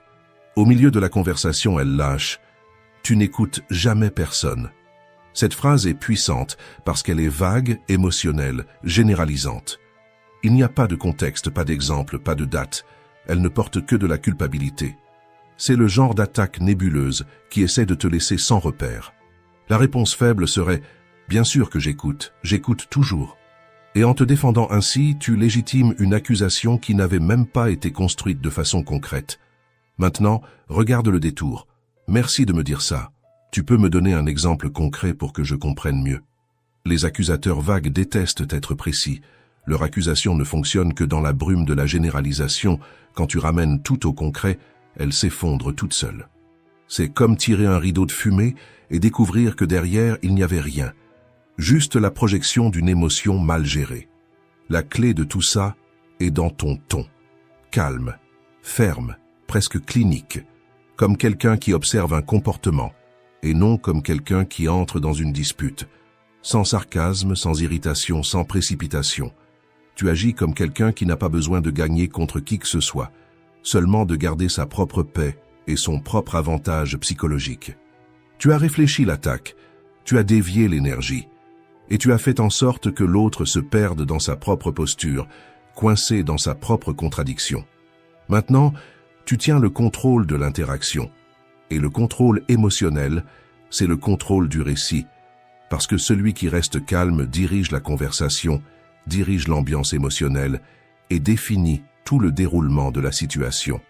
Quand tu seras prêt, on passe au mouvement final, le plus puissant de tous. Maintenant, tu exécutes le mouvement final, celui qui met fin au conflit et qui montre clairement, de manière silencieuse et incontestable, que c'est toi qui domines la situation. Reformuler, c'est exactement ça. Reprendre le contrôle du récit, attraper l'attaque qui t'a été lancée, la retirer des mains de l'autre, faire pivoter toute la pièce et la remettre sur l'échiquier selon ta perspective. La personne a essayé de te pousser dans un conflit, a essayé de te provoquer, a essayé de te mettre sur la défensive, a essayé de t'attirer sur son terrain émotionnel. Mais tu n'achètes pas sa structure, tu n'entres pas dans le cadre qu'elle avait préparé, tu ne joues pas le rôle qu'elle avait écrit pour toi. Tu démontes, tu remplaces le moule avec lequel elle a tenté de te juger par un autre, qui est le tien, plus clair, plus élevé, plus lucide. Un simple changement de lecture, mais un changement qui redéfinit toute l'interaction. Ce qui ressemblait à une attaque devient simplement une information, ce qui semblait important devient un bruit lointain, ce qui semblait personnel devient insignifiant. C'est exactement ce que fait le mouvement final. Il montre que l'attaque non seulement n'a pas fonctionné, mais qu'elle n'a jamais eu d'importance réelle, qu'elle n'a jamais eu assez de profondeur pour toucher ton centre. Et plus encore, il te permet de sortir de l'interaction à ta manière, à ton rythme, à ton tempo émotionnel, sans précipitation, sans tension, sans une goutte de sueur sur le front, et surtout sans avoir besoin de prouver quoi que ce soit à qui que ce soit. Tu clôtures la scène avec dignité et maîtrise, parce que quelqu'un qui voit avec clarté sera toujours plus grand que quelqu'un qui réagit par impulsion. Pense à ce scénario. Quelqu'un déverse des critiques agressives, piétine tes efforts, essaie de rabaisser ton travail. Tu t'es déjà écarté, tu es resté calme, et maintenant tu réponds avec sérénité, sans augmenter d'1 degré le ton de ta voix. Quel résultat exact attends-tu en partageant cela avec moi? La personne se fige. Elle s'attendait à de l'irritation, à une explication, à une défense, à n'importe quoi, sauf à de la logique. Maintenant, elle doit réorganiser ses pensées dans sa propre tête, justifier la raison, tenter de trouver une intention qui n'existe peut-être même pas. Ah, je veux simplement que le travail soit fait. Voilà, tu as déjà changé le terrain. La pièce est passée de l'autre côté de l'échiquier. Tu regardes avec naturel, avec ce calme qui est devenu ton bouclier, et tu réponds « Compris. Merci pour le retour. Je vais en tenir compte. » Et tu continues, tu changes de sujet, tu reviens à ce que tu étais en train de faire, ou tu mets simplement fin à l'échange sans te presser, avec le même rythme tranquille de quelqu'un qui n'a pas été touché par l'attaque. Observe l'impact psychologique de cela. Tu n'as assumé aucune faute, tu ne t'es pas expliqué, tu ne t'es pas mis sur la défensive, tu n'as offert aucune émotion pour alimenter le conflit. Tu as transformé une agression en un simple fait neutre, en un enregistrement froid, en un avis administratif quelconque. Et quand tu fais cela, c'est toi qui mets fin à la conversation, jamais l'autre. Maintenant imagine un autre scénario. Quelqu'un essaie de te provoquer, lance une phrase pleine de venin en espérant que tu montes le ton, que tu exploses, que tu réponds avec la même intensité. Tu perçois la tension et tu réponds avec sérénité. J'ai remarqué beaucoup d'intensité dans ta question. Tout va bien? La personne recule presque immédiatement. Non, non, je commentais juste. Tu offres une sortie élégante, tu réaffirmes ta position et tu refermes la porte du conflit avec naturel. D'accord, peut-être que j'ai mal interprété le ton. Bref, pour continuer. Et voilà, tu as transformé une provocation en une simple poussière émotionnelle, un souffle de vent que tu chasses de ton épaule sans effort. Tu montres clairement que la tentative de te faire perdre ton équilibre a échoué d'une manière presque embarrassante. Et tu continues ton chemin sans porter la moindre ombre de ce moment. Le stoïcisme a un outil psychologique puissant, et il n'a rien à voir avec manipuler qui que ce soit. Il concerne le fait de retrouver le contrôle de toi-même, de ta clarté, de ton axe, de ta dignité émotionnelle. Cela fonctionne ainsi. D'abord, tu respires et tu ne réagis pas, simplement. Tu laisses l'attaque frapper ton calme, ton silence, comme des vagues frappant un rocher. Elles font du bruit, mais elles ne déplacent rien. Et en ne donnant pas la réaction émotionnelle que l'autre attendait, tu exécutes le geste le plus déstabilisant de tous. Tu ne donnes pas le spectacle. Tu refuses le théâtre émotionnel et toute la mise en scène de l'autre s'écroule toute seule. Ensuite, tu changes le focus. Au lieu d'accepter l'attaque comme personnelle, tu poses des questions logiques, directes, épurées, qui exposent l'intention, le malaise ou l'émotion cachée de celui qui attaque. La personne se rend compte soudainement que tu n'as pas acheté le conflit, que tu n'es pas tombé dans le piège, que tu n'es pas entré dans le jeu émotionnel qu'elle avait préparé. Et alors vient la partie finale, celle où tu reprends la narration. Tu traites l'attaque comme une information sans importance. Tu retires le poids que l'autre a tenté de lui donner et tu remets l'échange à tes conditions, sur ton terrain, à ton rythme. Tu ne réagis pas. Tu guides. Tu n'es pas tiré. Tu conduis. Tu n'es pas une ombre, tu es l'axe. Cette méthode n'existe pas pour gagner des discussions. Elle existe pour montrer, de manière silencieuse, ferme et mature, que tu ne peux pas être ébranlé. Qu'aucun stratagème, aucune provocation, aucun théâtre émotionnel n'a accès à ton centre. Et ce pouvoir est à la fois si subtil et si fort que, après l'avoir vécu une seule fois, la plupart des gens y réfléchissent à 2 fois avant de tenter de te déstabiliser à nouveau. Ils comprennent très vite que chercher à te provoquer, c'est gaspiller de l'énergie. C'est jeter des pierres contre la mer en espérant qu'elle réagisse. Le monde est rempli de petites agressions, de disputes de statut, de jeux d'ego, d'insinuations mesquines, de conflits qui surgissent au travail, dans la famille, dans les relations, sur les réseaux sociaux, partout. Et la majorité répond avec impulsivité, avec bruit, avec réactivité, avec la blessure à vif. Mais maintenant, toi, tu as quelque chose de différent. Tu as un système supérieur, tu as de la clarté. Tu n'entres pas comme un soldat au milieu d'une bagarre. Tu observes tout d'en haut, comme un général qui respire profondément, qui voit loin et qui choisit son prochain mouvement avec calme et stratégie. Souviens-toi de la méthode. Réfléchir, dévier et recadrer. Entraîne-toi jusqu'à ce que cela ne soit plus un effort conscient, mais un réflexe intérieur, jusqu'à ce que ton esprit apprenne à ne pas se précipiter sous le coup de l'émotion et, au contraire, à répondre avec lucidité, comme quelqu'un qui voit toute la scène avant d'agir. Avec le temps, tu vas sentir le changement se produire en toi. Tu vas remarquer que tu ne t'effondres plus au moindre coup, que ta paix ne se déchire plus à la première provocation, que la force des autres ne trouve plus de terrain fertile pour t'ébranler. L'agression arrive jusqu'à toi et perd simplement de sa puissance, comme une vague qui frappe le rocher et revient affaiblie. Cette chaîne existe précisément pour cela, pour être ton champ d'entraînement mental, l'espace où tu apprends à gagner les batailles invisibles, celles que toi seul sais que tu affrontes, mais qui déterminent toute ta vie. Ici, chaque vidéo est un outil, une stratégie, une couche supplémentaire dans ton armure émotionnelle, une étape concrète pour cesser d'être une cible et devenir quelqu'un qui voit tout le plateau, et surtout, quelqu'un qui se voit lui-même avec clarté. Si tu es prêt à assumer ce type de force, à arrêter de remettre le contrôle de tes émotions entre les mains de l'humeur des autres, à enfin te dominer toi-même avant de chercher à dominer quoi que ce soit dehors, abonne-toi. Ici, nous avançons ensemble, en réfléchissant, en grandissant et en construisant une force intérieure. Existe quelque chose dans ta vie que tu dois éliminer sans en parler à personne, et tu sais exactement de quoi il s'agit. Ce n'est pas immense, ce n'est pas dramatique, ce n'est pas impossible à résoudre. C'est juste quelque chose qui est resté là beaucoup trop longtemps, une habitude qui t'épuise, une relation qui te draine, une idée que tu répètes sans même t'en rendre compte, une peur que tu n'as jamais pris le temps de questionner. Et il y a une vérité très simple. Personne ne grandit en portant ce qu'il aurait déjà dû déposer depuis longtemps. Tu n'as pas besoin d'en faire plus, ni de courir plus, ni de te mettre encore plus de pression. Tu as besoin d'enlever en silence ce qui dévore ton énergie sans rien te rendre en retour. Parce que ce sont ces petites choses que tu tolères, que tu repousses toujours au lendemain, qui finissent par s'accumuler jusqu'à te rendre lourd, lent, déconnecté de toi-même. Et c'est exactement là que commence ton processus de changement. Avant d'ajouter quoi que ce soit, tu dois retirer ce qui te retient. Et la première chose qui doit sortir de ta vie, c'est celle-ci. 1. Laisse aller qui tu étais pour grandir vraiment. Une des choses les plus lourdes que tu portes, ce n'est pas ce qui se passe maintenant, c'est cette loyauté silencieuse envers les anciennes versions de toi-même, des versions qui sont nées dans des moments difficiles, qui ont été nécessaires autrefois, mais qui aujourd'hui ne font que te réduire et t'empêcher d'avancer.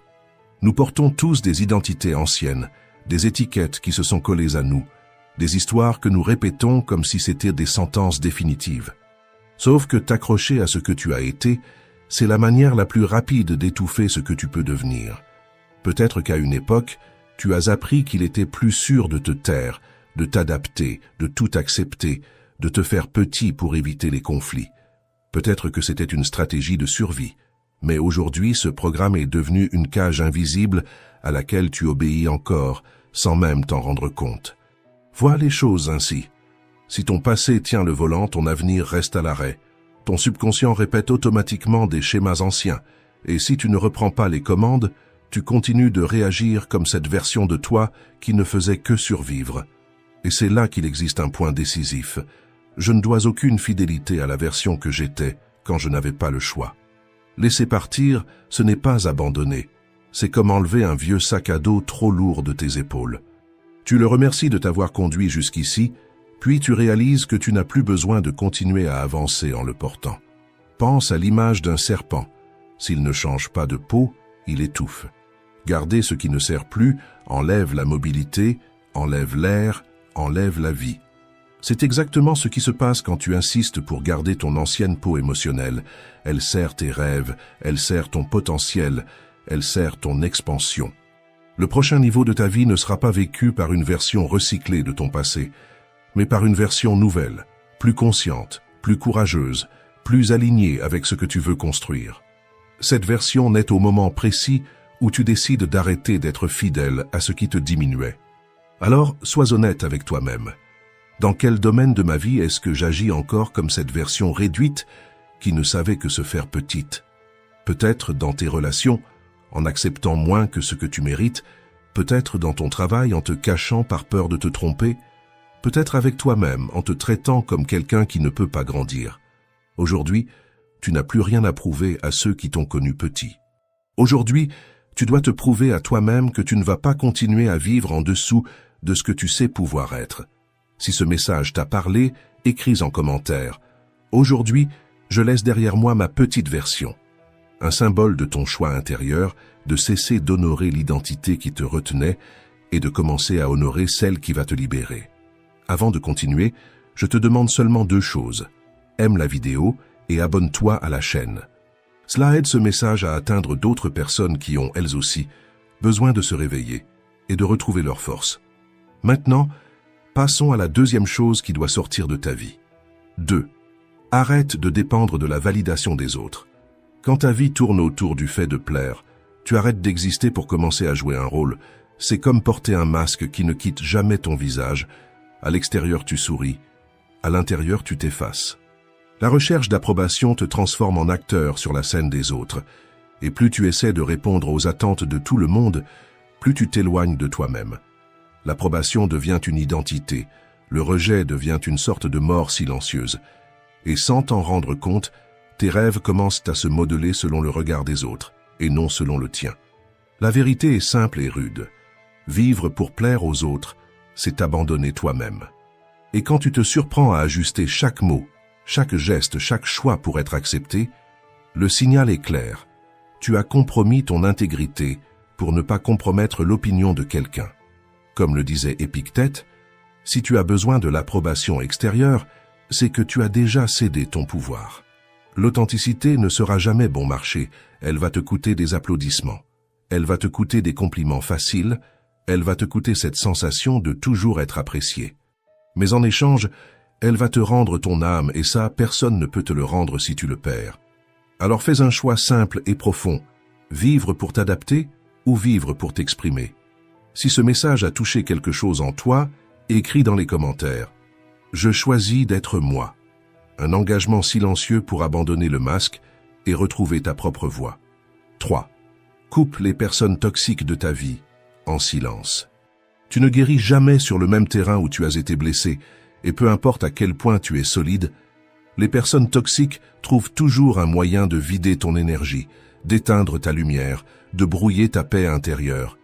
La vérité est simple, tu reçois exactement ce que tu tolères, et quand tu tolères trop, tu apprends au monde à te traiter en dessous de ce que tu mérites. Imagine tes émotions comme un verre d'eau pure. Chaque conversation lourde, chaque ironie, chaque manipulation, c'est une goutte d'encre qui tombe dedans. Goutte après goutte, l'eau qui devrait être limpide commence à s'assombrir, et tu ne te rends même plus compte du moment où tu arrêtes d'être toi-même. Épictète expliquait cela d'une manière encore plus simple, avec l'image d'une maison envahie par la fumée. S'il y a un peu de fumée et que tu peux aérer, tu restes, tu parles, tu ajustes, tu règles les choses. Mais quand la fumée devient dense, qu'elle pique les yeux, coupe le souffle et commence à te faire du mal, la seule décision sensée, c'est de sortir. Pas parce que tu es faible, mais parce qu'il n'y a déjà plus d'air pour respirer. C'est la même chose avec les relations. De petits inconforts peuvent être ventilés, alignés, transformés. Mais quand la cohabitation devient trop enfumée, quand tu perds ton énergie, ton souffle, ta clarté, le chemin le plus sage, c'est de t'éloigner. La vraie question n'a jamais été « combien de fumée il y a ?», mais plutôt « combien de ma vie suis-je en train de perdre à essayer de respirer là où il n'y a déjà plus d'air ?»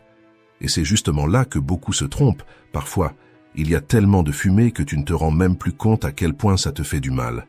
Parce que tu t'es habitué à respirer quelque chose que tu aurais dû éviter dès le début. C'est pour ça que partir est nécessaire. Et partir en silence est encore plus puissant. Tu n'as pas besoin de justifier tes limites, ni d'écrire de longs discours pour expliquer pourquoi tu t'en vas. Le silence protège, le silence préserve, le silence ferme les cycles sans créer de nouveaux conflits.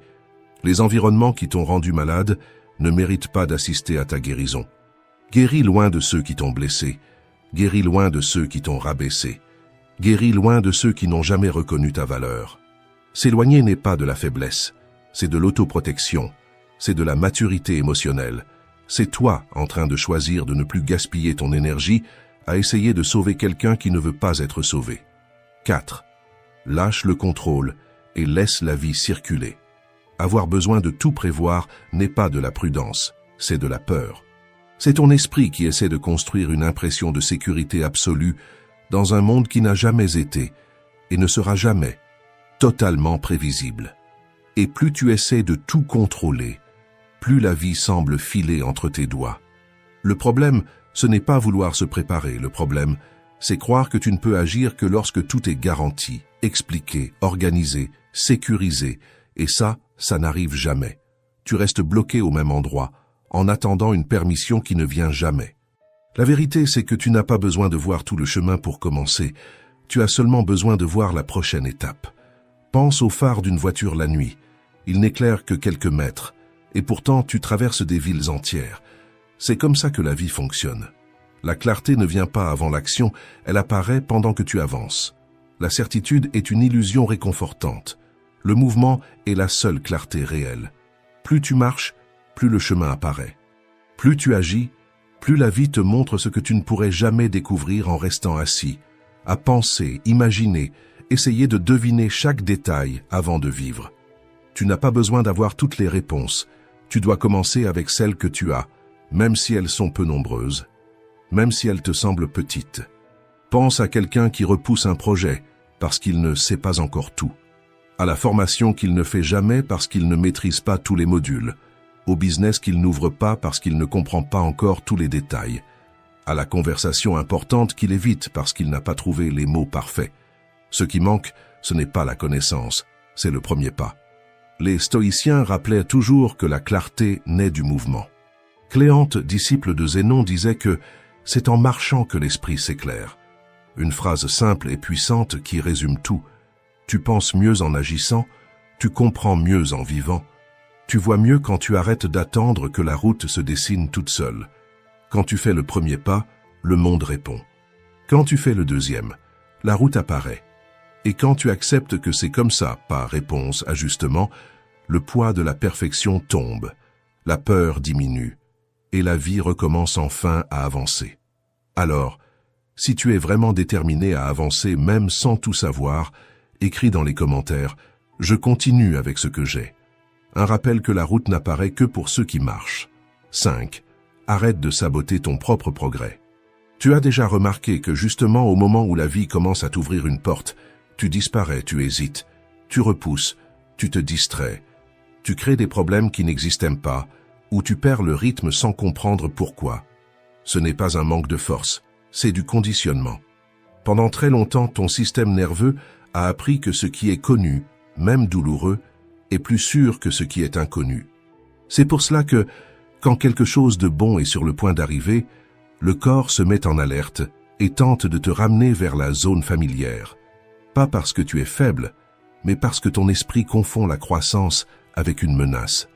Vois les choses ainsi, c'est comme essayer d'avancer en appuyant sur l'accélérateur alors que le frein à main est serré. Tu sens le mouvement vouloir se produire, mais quelque chose à l'intérieur te bloque, te retient, te tire en arrière. Et c'est là que se trouve une vérité que presque personne ne dit. Tu ne crains pas l'échec, tu crains de ne pas échouer. Parce que vivre un niveau supérieur exige une nouvelle identité, exige un nouveau comportement, exige de nouvelles responsabilités. Et cela peut effrayer quelqu'un qui a passé des années à seulement essayer de survivre. Le chaos, aussi douloureux soit-il, est familier. Alors que la réussite est un territoire inconnu et l'esprit essaie toujours de te protéger de ce qu'il ne connaît pas. L'autosabotage n'est rien d'autre que le corps qui dit « Je ne sais pas encore vivre cette vie plus grande ». C'est ici que la sagesse stoïcienne intervient. Sénèque disait « Ce n'est pas parce que les choses sont difficiles que nous n'osons pas, c'est parce que nous n'osons pas qu'elles deviennent difficiles. » En d'autres termes, les stoïciens savaient que la difficulté grandit quand on lui tourne le dos et diminue lorsqu'on décide de l'affronter, un pas après l'autre. Et le plus important, c'est que cela s'apprend, cela se travaille, cela se reprogramme, Pas à pas, victoire après victoire, répétition après répétition. Chaque fois que tu agis avec peur mais que tu avances quand même, tu apprends à ton corps que ce nouvel endroit est sûr et l'autosabotage perd de sa force. La question est, vas-tu rester prisonnier de l'ancien cycle ou vas-tu apprendre à ton corps que ce niveau supérieur t'appartient de plein droit? Aujourd'hui, choisis une seule petite action qui représente ce niveau supérieur. Envoyer un message, envoyer un CV, commencer un projet, appeler quelqu'un, étudier quelque chose, faire ce pas que tu repousses toujours et fais-le avant que le doute n'apparaisse. N'attends pas la confiance, n'attends pas la sécurité. Agis et la sécurité viendra ensuite. L'autosabotage ne résiste pas à de petits actes de courage répétés chaque jour. Si ce sujet t'a touché d'une manière ou d'une autre, écris dans les commentaires « Aujourd'hui, j'interromps le cycle ». C'est la première étape pour que ton système nerveux apprenne que grandir est aussi quelque chose de sûr. 6. Arrête de vivre dans le « un jour ». Un jour est le cimetière de tes rêves. Chaque fois que tu dis « un jour je le ferai »,« un jour je commence »,« un jour je change », cette promesse vide est repoussée encore et encore jusqu'à devenir ce que tu sais très bien. Jamais. L'esprit adore tout repousser vers le futur, parce que cela te protège du risque du présent. Dire un jour donne une fausse impression de sécurité, comme si tu avais encore un temps infini pour faire ce qui doit être fait. Mais la vérité est simple. Plus tard n'existe pas et demain n'est jamais garanti. C'est comme rester planté devant la porte de chez toi à attendre la météo parfaite pour sortir, pendant que la vie, elle, se déroule déjà dehors. Tu regardes le ciel, tu observes les nuages, tu réfléchis encore un peu, et quand tu t'en rends compte, la journée est terminée. Tu n'as pas vécu, tu as seulement repoussé. Ce qui transforme ta vie, ce n'est pas d'attendre le moment idéal. C'est de faire le premier pas et d'ajuster ton chemin en avançant, c'est de commencer sans toutes les réponses, sans certitude, sans garantie. La clarté ne vient pas avant l'action, elle vient parce que tu agis. Et voici un point que presque personne ne mentionne. Tout rêve repoussé se transforme en culpabilité. Et la culpabilité est une des formes les plus silencieuses de paralysie. Elle te fait regarder en arrière, te juger, te comparer, te punir, mais elle ne te met jamais en mouvement. La culpabilité n'enseigne rien, n'organise rien, elle ne fait que te maintenir exactement au même endroit. Et c'est ici que la sagesse stoïcienne intervient avec précision. Épictète disait « La personne immature culpabilise les autres, celle qui commence à mûrir se culpabilise elle-même, mais la personne mûre ne culpabilise ni elle-même ni personne. » Qu'est-ce que cela signifie? Que culpabiliser, que ce soit le monde ou toi-même, ne te mène nulle part. Ce n'est pas la culpabilité qui crée le mouvement, c'est la responsabilité, la décision, l'action. Et voici la question que tu dois te poser maintenant. Combien de choses importantes laisses-tu pourrir sur l'étagère du « un jour » et combien d'entre elles font encore partie de la vie que tu veux vraiment construire? La vie répond au mouvement, jamais à l'intention, et tout rêve que tu n'exécutes pas se transforme en poids, en culpabilité, en frustration silencieuse, cette sensation constante que tu pourrais être beaucoup plus loin, mais que tu restes immobile. Si cette vérité a touché quelque chose en toi, transforme cette prise de conscience en mouvement dès maintenant. Commente. Aujourd'hui est le jour. 7. Arrête d'abandonner ton enfant intérieur. L'enfant que tu as été est toujours là, silencieux, caché, mais présent dans chaque réaction qui semble exagérée, dans chaque peur qui te paralyse, dans chaque tristesse qui apparaît sans prévenir, dans chaque auto-sabotage que tu n'arrives pas à expliquer. Ces mouvements ne sont pas des signes de faiblesse, ce sont des demandes de sécurité. Ce sont des parties de toi qui sont restées figées dans le temps, en attendant que quelqu'un finisse enfin par dire « Je suis là, tu es en sécurité ». C'est pour ça que tant d'auto-sabotages paraissent irrationnels. Ils ne viennent pas de ta version adulte, mais de la partie blessée qui croit encore devoir se protéger à n'importe quel prix. La même partie qui a appris à plaire, à se taire, à éviter les conflits, à fuir tout ce qui semblait dangereux, même quand ça ne l'est plus. Se reparentaliser, c'est ça. Donner aujourd'hui ce que tu n'as pas reçu hier. De la validation quand tu te sens petit, de l'amour quand la peur serre trop fort, du calme quand ton esprit s'emballe, de la sécurité émotionnelle quand le monde paraît trop grand. Ce n'est pas revenir dans le passé, C'est assumer le rôle que personne n'a pu assumer pour toi. C'est regarder en toi et dire à cet enfant qui vit dans tes émotions, « Maintenant je prends soin de toi. Maintenant tu n'es plus seul. » C'est le plus grand pouvoir que le stoïcisme peut t'enseigner. Agir sur ce que tu peux contrôler. Le stoïcisme ne te demande pas d'effacer le passé, ni de faire comme si rien ne t'avait touché. Il t'apprend à mettre ton énergie là où elle transforme vraiment, dans tes attitudes, dans les interprétations que tu choisis, dans la manière dont tu réponds à ce que tu ressens. Quand tu accueilles ton enfant intérieur, tu fais justement cela. Tu utilises ce qui est sous ton contrôle pour guérir ce qui te contrôlait avant. Tu ne changes pas ce que tu as vécu, mais tu changes ce que tu en fais aujourd'hui. Et c'est ça l'essence de la philosophie stoïque. Transformer l'impact, pas les faits. Et quand tu agis avec cette conscience, tes réactions cessent d'être du désespoir et deviennent de la clarté. La vie cesse d'être une menace et devient un chemin.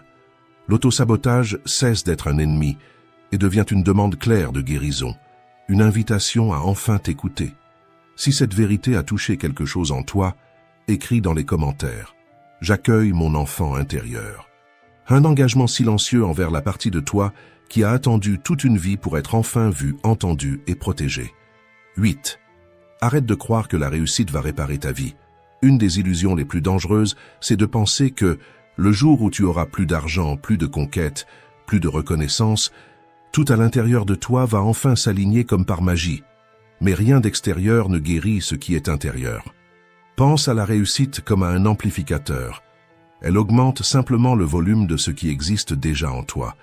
Si tu vas bien, elle élargit cette force, mais si tu es blessé, elle augmente le bruit, l'insécurité, la comparaison, l'auto-exigence, cette sensation de vide qui s'infiltre sans que tu t'en rendes compte. Quand tu utilises tes réussites comme une fuite, tu peux même construire une vie jolie de l'extérieur, mais tu crées une prison à l'intérieur. La course permanente devient un masque élégant pour des émotions non résolues. Plus tu t'occupes, moins tu regardes ce qui fait mal, sauf qu'il y a un problème. La note arrive toujours, parce que la réussite ne répare pas l'estime de soi. Elle ne comble pas les manques émotionnels. Elle ne guérit pas les blessures anciennes. Elle ne fait que révéler et intensifier ce que tu essaies de cacher. C'est comme essayer de couvrir une fissure dans un mur, avec une couche de peinture neuve. Pendant quelque temps, tout paraît parfait, mais la fissure est toujours là, silencieuse, attendant le bon moment pour réapparaître, encore plus grande. Ta vie extérieure ne devient légère que lorsque ton monde intérieur est en ordre. Et prendre soin de l'intérieur n'est pas un luxe, c'est la base qui t'empêche de t'effondrer quand l'extérieur finit par arriver. Avant de chercher plus, prends mieux soin de toi. Avant de vouloir monter, renforce tes fondations. Avant de demander la grandeur, accorde de l'attention à ce qui doit encore être réglé en silence. Si cette vérité a résonné en toi, écris dans les commentaires « Je prends soin de mon intérieur », un symbole que tu choisis de grandir de l'intérieur avant que la réussite n'amplifie ce que tu n'as pas encore eu le courage de regarder. 9. Brise l'habitude du perfectionnisme. Le perfectionnisme n'est pas une exigence élevée, c'est de la peur déguisée en compétence. C'est cette voix intérieure qui te dit « Si ce n'est pas parfait, je ne suis pas en sécurité ». Et quand tu crois à cette voix, chaque pas devient une menace. Tu réfléchis trop, tu relis trop, tu repousses trop. Et ce qui devait être un simple détail se transforme en un mur entier entre toi et la vie que tu veux construire. Pense à toutes les situations où cela t'a déjà bloqué. Peut-être que tu as renoncé à envoyer un CV parce que tu pensais devoir être plus près. Peut-être que tu as repoussé un projet parce que le logo n'était pas parfait, ou que tu as laissé de côté quelque chose de simple à publier parce que la vidéo aurait pu être un peu meilleure. Parfois, le perfectionnisme apparaît jusque dans les plus petites choses. Réécrire le même message 10 fois, répéter une présentation jusqu'à perdre tout naturel, passer des heures à ajuster quelque chose que personne ne remarquerait. Au final, tu ne vis pas, tu édites ta vie. Le perfectionnisme tue des projets avant même qu'ils ne naissent. Il étouffe des idées qui avaient du potentiel. Il paralyse des rêves qui n'avaient besoin que d'un début simple. C'est comme essayer de construire une maison, mais refuser chaque brique parce qu'aucune ne semble assez bonne. À la fin, il n'y a pas de construction, seulement de beaux plans rangés dans un tiroir. Arthur Schopenhauer a écrit quelque chose qui correspond parfaitement ici. Celui qui a peur d'être dépassé c'est déjà placé en dessous. C'est ça, l'essence du perfectionnisme. La peur d'être vu en train d'échouer, la peur de ne pas correspondre, la peur de paraître petit. Sauf que cette peur, justement, c'est elle qui te garde petit.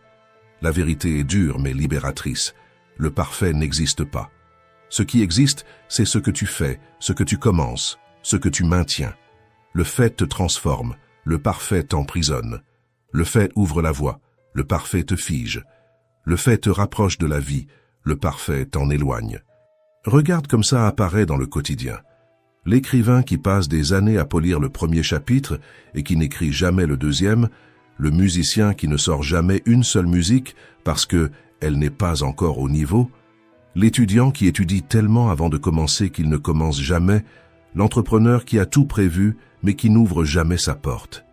Tu as déjà remarqué que ceux qui évoluent vite ne sont pas ceux qui font parfait. Ce sont ceux qui font beaucoup. Ceux qui essaient, testent, se trompent, ajustent, essaient encore. Ceux qui comprennent que la répétition construit une force que l'idéalisation ne construira jamais. Personne n'améliore ce qu'il ne commence pas. Personne n'évolue dans ce qu'il ne pratique pas. Personne ne construit du courage en attendant le scénario idéal. Tu grandis en faisant, pas en imaginant. Si ce que tu viens de lire a fait écho en toi, transforme cette compréhension en symbole. Commente. Le fait vaut mieux que le parfait. Et rappelle-toi, chaque fois que tu choisis le fait plutôt que le parfait, tu choisis ta liberté. 10. Arrête d'avoir peur d'échouer. L'échec ne détruit personne. Ce qui détruit, c'est le sens que tu lui donnes. Échouer ne dit pas « tu es incapable ». Ça dit simplement « tu es en train d'apprendre ». L'esprit crée un drame autour de l'erreur parce qu'il essaie de protéger ton ego, pas ta croissance. Et c'est pour ça que tant de gens abandonnent avant même de commencer.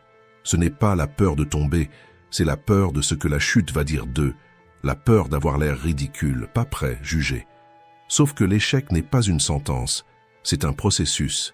C'est le chemin inévitable de toute personne qui construit quelque chose de réel. Personne ne traverse un pont tout neuf sans entendre quelques grincements. Ça ne veut pas dire qu'il va s'effondrer. Ça veut simplement dire que tu marches sur un terrain nouveau. Pense à ça. Aucun maître n'a commencé maître. Tous ont commencé disciples. Tous ont commencé avec des mains qui tremblent, des pas incertains, des résultats minuscules. Et c'est exactement à ce moment que la phrase d'Épictète devient un phare dans l'obscurité. Si tu veux t'améliorer, sois heureux d'être considéré comme un fou ou un ignorant. Pas parce que tu l'es, mais parce qu'il est impossible de grandir sans traverser cette phase où les autres ne voient pas encore ce que tu es en train de devenir. Le succès n'est rien d'autre que du courage répété. C'est se tromper, ajuster, réessayer. C'est transformer les faux pas en marche. C'est avancer alors que ton esprit essaie de te convaincre d'arrêter. L'échec ne te diminue pas, il te façonne. Il renforce ton caractère, il aiguise ta clarté, il expose ce qui doit être amélioré et il construit la confiance qui n'existe que chez ceux qui sont passés par le feu et qui ont continué à marcher. Il existe une vérité qui libère. Tu n'as pas besoin de plus de confiance pour agir. La confiance est une conséquence. Ce dont tu as besoin, c'est de courage pour continuer. Même sans garantie, même sans contrôle, même sans la certitude que ça va fonctionner. Toute croissance exige que tu acceptes d'avoir l'air débutant pendant un moment. Tout talent naît de quelqu'un qui a eu le courage d'être mauvais au début. Tout grand destin passe par la route des petites erreurs. Et plus vite tu comprends ça, plus ta vie devient légère, parce que tu arrêtes de traiter l'échec comme un ennemi, et tu commences à le voir comme un tailleur de pierre, comme le processus brut et nécessaire de la construction de la personne que tu veux devenir. C'est ça le point central. L'échec ne marque pas la fin de ton histoire, il marque le début de ton évolution réelle. Et quand tu montes à ce niveau de conscience, la vie cesse d'être une tentative permanente d'éviter les chutes et devient un chemin de croissance constante, où chaque faux pas devient clarté, chaque erreur devient direction, et chaque pas de travers devient un entraînement pour le prochain pas juste. Et c'est ici que tout se rejoint. Tu ne peux pas porter l'ancien et entrer dans ta nouvelle vie en même temps. L'une des versions doit rester derrière. Et que ce soit toujours la version qui te diminuait, la version qui te retenait, la version qui survivait mais ne vivait pas. Parce que ce n'est que lorsqu'elle s'en va que la version qui t'honore, qui te renforce et qui te représente vraiment trouve enfin l'espace pour respirer, grandir et prendre le contrôle de ton histoire. Grandir, c'est ça. C'est choisir qui tu veux être, choisir quelle identité tu nourris et quelle identité tu décides de laisser se reposer. C'est avoir le courage de lâcher ce qui te rétrécissait pour pouvoir accueillir ce qui t'agrandit. Et au bout du compte, la plus grande libération, c'est comprendre que la vie que tu désires ne dépend ni de la chance, ni d'une permission extérieure, ça dépend seulement du courage de ne plus porter ce qui n'a plus de place en toi. Merci d'être resté jusqu'ici. Si cette vidéo t'a aidé à voir les choses sous un autre angle, je t'invite à t'abonner à la chaîne. On continue ensemble ici, à réfléchir, à grandir et à construire une force intérieure.